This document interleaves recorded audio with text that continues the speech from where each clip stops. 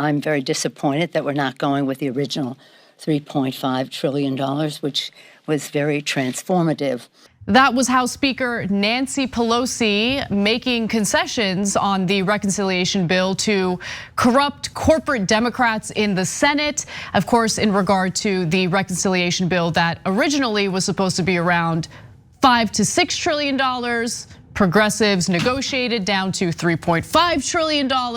And now Pelosi, during this press conference, makes it abundantly clear that the final result of the bill, if it happens to pass, will be even less than the $3.5 trillion, which means that incredibly important provisions, popular provisions in that bill, will likely get cut. Let's hear a little more of what she had to say. In the family section of it, the transformative nature of the Biden child tax credit, child care and universal pre-K really go together. That's sort of they go together. They're part of the same, meeting the same need. Issues that relate to home health care. There's certain things that we're still talking about a couple of $1 trillion, but it's not, it's more, it's much less. So mostly we would be cutting back on years and something like that. But those are decisions that we have to. Programs, do you think? Excuse me? Would you have to drop one of those programs? Well, we hope not. We hope not. But we have to make sure we have a bill, which I also said is that we have to have something that will pass the House and pass the Senate. So of course she mentions that it needs to pass the House and pass the Senate because you have two, and of course, very possibly more corporate Democrats in the Senate who are not in favor of the $3.5 trillion reconciliation bill because their corporate donors aren't in favor of the $3.5 trillion reconciliation bill. So they're really the ones that are holding this bill up and demanding cuts to it. Now, Pelosi mentioned it's still likely to be a couple $1 trillion. I'll tell you where she got that number from. But first, some more details in regard to the communication that Pelosi has had with members of Congress recently. In fact, just last night, in a letter to Democrats Monday night, Pelosi had suggested the cost-cutting efforts would come in the form of eliminating some of the proposed benefit provisions altogether. She promoted the idea of putting the focus more squarely on child benefits and efforts to tackle climate change. So look, as you could tell from that answer she gave, she didn't really specify what would get cut from the legislation. But the fact that we're having this discussion in the first place is maddening, especially when you consider that every single provision in that bill, universal child care, mandatory paid family leave, 2 years free community college, these are things that poll incredibly well. These are things that constituents of both Kyrsten Sinema and Joe Manchin overwhelmingly support, but they don't care because the donors' desires speak louder to these lawmakers than what their own constituents want. So there's a couple of different issues here, but am I the only one who thinks that she sounds fairly incoherent? It's not that she sounds incoherent, it's that as Speaker of the House, she has difficulty speaking. I mean, she's constantly stuttering and can't get her point out clearly. And I think that is a problem because you need someone who can message what the bill includes and basically rally for it, like go out there and make a case for it. And honestly, Nancy Pelosi fails to do that. And she gets asked about that later and gets snippy with a reporter. I'll go to that in a minute, but Cenk, what else do you think? So look, I love the fact that you pointed out that Speaker is in her title. This is part of why Democrats don't do as well as Republicans. So, we make fun of Trump because he says absurd things, but a lot of people relate to him because he speaks like a normal person. And he doesn't go into climate change and child care credit and trillions, but less. Like, what was that? What the hell was that? And so if you don't have a person who can deliver a message clearly, well, then obviously you're not gonna do as well in politics. That's not hard to understand. And so, look, I don't wanna beat her up. If she was a normal person, like, she's in her, I think she's in her 80s by now, but at least late 70s. And so, hey, I've got empathy for that. But wait, you're supposed to represent all Democrats. So this is not the role where you're like, oh, you know what? You're still hanging in there as a dentist in your late 70s, but I appreciate what you're doing. No, this is not about appreciation. And by the way, I can live with all that too. Well, I can't. You really need an effective communicator in that role. But on top of that, Everybody in DC is like, she's the greatest.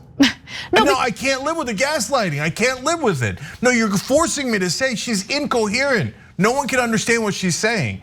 She jumps from thought to thought, never finishes her sentences, let alone saying something like, here, I'll give you an example. Let's say that I'm doing that press conference. We've got child tax credit in here. It is at 80% popularity. Why aren't we passing it? Why is every Republican against it? I want you to, all of you reporters out here, okay? Now I'm not telling you how to do your job, but I would imagine that you would normally ask a Republican, why are you against a program that has 80% popularity, including the majority of Republican voters? Why are they against their own voters? Now what have you done? How long did that take? 15 seconds? You've now made the Republicans be on a massive defense, and you've also put the reporters on defense, thinking, wait, have I not done my job? Have I not held the Republicans accountable? Now, of course, she would never do this, but if you actually wanted to get the bill passed, remember the Republicans are irrelevant. She would put Sinema and Manchin on blast. Oh my God, they're in my own party, I have to go, I protect them at all costs. No, you're supposed to protect us, the voters, at all costs. So if I was in her role, I would do a real job. I would say, look, Sinema and Manchin are holding this up. Everybody knows it. They probably represent a couple more corporate Democrats in the Senate. Let's keep it real, right? And why are they doing what they're doing? Here, let me show you a donor of theirs. Boom, you put up how much money that Manchin is getting from fossil fuel industry. You put up how much money Kristen Sinema just got from the drug companies for her role in eviscerating the bill. And go, now that's why they're doing it. I know, but Pelosi would be telling on herself, because remember, while Pelosi is not very effective in terms of getting legislation passed, while Nancy Pelosi is not an effective communicator, one thing that she is effective on is raising money for the Democratic Party. That's the reason why you have Washington constantly fawning over her, because she raises money. You think she's gonna call out those donors? No, of course not. Here. No, of course not, Anna. And so, but that's part of my point. Guys, don't let the media gaslight you.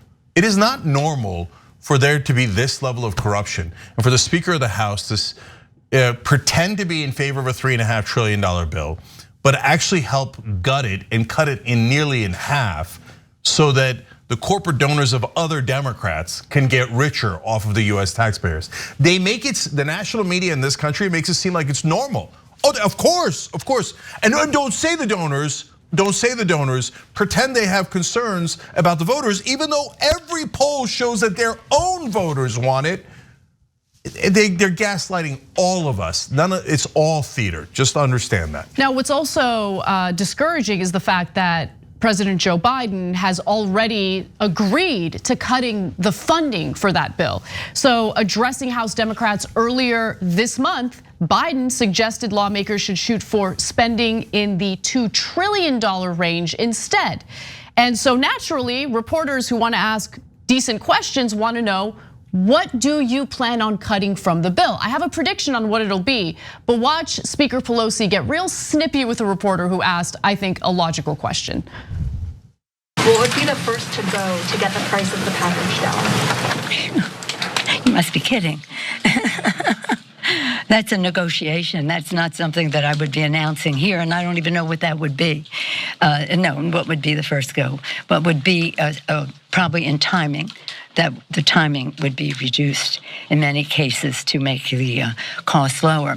But it only would be in such a way that does not undermine the transformative nature of it, because some of it has to have enough money in order to have sustainability that can be counted on.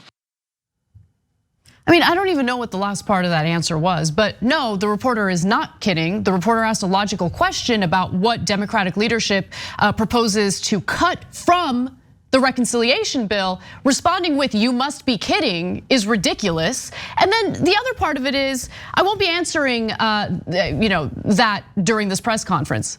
Then why are you doing a press conference? What do you think people want to know about?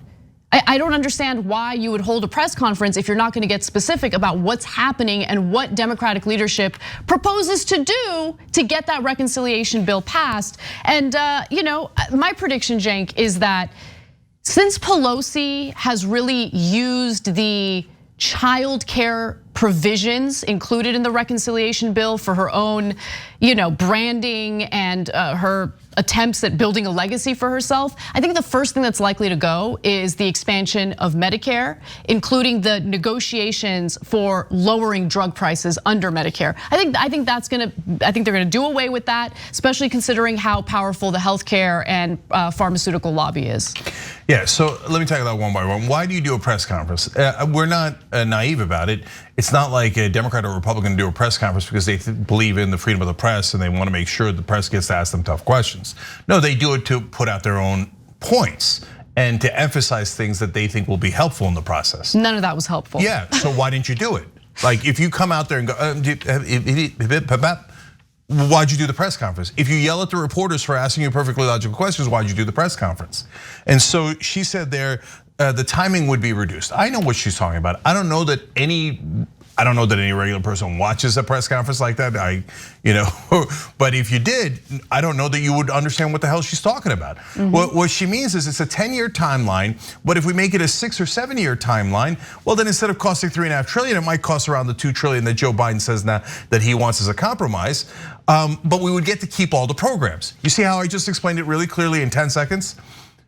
She was, we reduced the timing, but we're not in your caucus. I mean, we understand it because it's our job to understand it, but the average American that you're trying to speak to does not understand that at all. Why are you doing the press conference if you're not trying to persuade voters to go in a certain direction, or you're totally incapable of it? I know, by the way, any comment like this in DC would get us kicked out of whatever room we're in. They would say, how dare you say that about the Speaker of the House? We're not under any obligation to kiss the ass of the powerful. She's not good at this. Certainly on the public speaking part, there's no question. You'd have to be blind, deaf, and dumb to say, she nailed it. My God, I came out of that press conference thinking, man, the Democrats' position is so good. I can't wait to support them. Right. Okay, and then on the issue of taking questions or not, other Democrats are beating up on Sinema, rightfully so, for not answering the question of, well, okay, if you wanted the bill to be a lower number, what do you want to take out? That's a great question that other Democrats are pushing forward. Pelosi gets asked the same question. She's like, oh, how dare you, you insubordinate reporter. Don't you know you work for me? Which then leads us to the next clip. The next clip is what really caught my attention because some recent polling indicates that the reconciliation bill as a whole it's not that it doesn't poll well, it's that most Americans don't even know what's in it, right? If you take the provisions separately and poll Americans on it, the provisions are incredibly popular. So the reporter here is talking about a specific poll that shows that the majority of Americans don't even know what's in the reconciliation bill and asks, again, a logical, legitimate question. Watch how Pelosi handled the answer. Speaker, our latest CBS News poll shows that only about 10% of Americans describe themselves as knowing a lot of specific things that are in the reconciliation package and that the majority don't know anything at all. So do you think you need to do a better job at messaging and going forward? How do you sell this if ultimately you have to? Well, I think you all could do a better job of selling it, to be very frank with you, because every time I come here, I go through the list. Family and medical leave, climate, the issues that are in there. But it is true, it is hard to break through when you have such a comprehensive package. But as we narrow it down and put it out there. There are two different types of media figures when it comes to news. You have straight news journalists who are just supposed to report the facts. And then you have people like us who, yes, we share the details of various stories with you, but then we share our analysis and opinion. It is not the job of the reporters who were there listening to that press conference to go out and do political activism on behalf of the Democratic Party. It's not their job. The Democrats have to sell the bill. And when you have a Speaker of the House who can't do public speaking, right, the most basic part of her job, you're gonna have some issues. And that's what the issue is here. Yeah, but it really betrays her sense of entitlement with the press that, to be fair to her, actually does exist. She assumes you guys all work for me. Every time Democratic leadership says something, mainstream media repeats it like it's true. So why haven't you sold it better for me? I told you to go sell it and you haven't done your jobs. She upbraids them. Ridiculous. Because that's her baseline assumption. That's what's in her head. That's why she said it. And that has been generally true. And so that our press sucks. They were fine in that press conference. They actually asked a couple of mildly challenging questions, but it's that thought to her is in her mind because that is how the press operated for the last 40 years. Now, then she says, look, every time I come out here, I go through the whole laundry list. No, you didn't, and you didn't do it there. And by the way, you don't have to go through the whole laundry list. It's a big bill. You don't have to get into provision number 37. Okay, here, again, we're always constructive in our critique. So here's what you could do instead. We're gonna provide childcare for you guys. It's got 80% popularity. Who doesn't want it? Only 20% don't want it. I don't know why they don't want it. Maybe they don't have kids. But everybody who's got kids loves this provision. Even people who don't have kids love this provision. Well, you know what else we got in there? We're gonna lower drug prices. Who wants higher drug prices? Raise your hands if you want higher drug prices. And we're gonna do that because we're gonna hold those drug companies accountable to look out for you. Boom, I just listed the 2 most popular provisions. I can keep going, but that's enough. Then people love it because then they think it's about those 2 things. And they're in there, and they're huge parts of it. So why don't you just do that instead of the timing would be reduced, child tax, child welfare. She's paid not to. It's that simple. She's paid not to. Yeah, and well, to that point, Anna, you said the first thing they're likely to take out is the Medicare provisions. Of course, why? The #1 donors in Washington by a lot are drug companies. And so way more than oil companies, way more than banks. And so Pelosi has sent her chief of staff before to go tell the drug companies, don't worry, we're always on your side. Okay, that was reported by The Intercept a while back.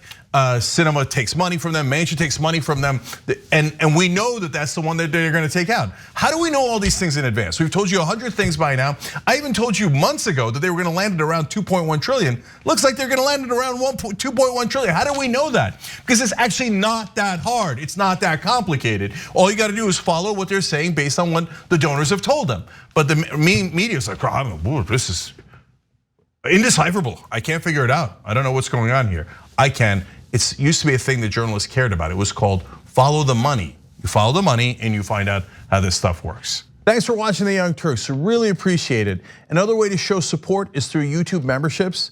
You'll get to interact with us more. There's live chat emojis, badges.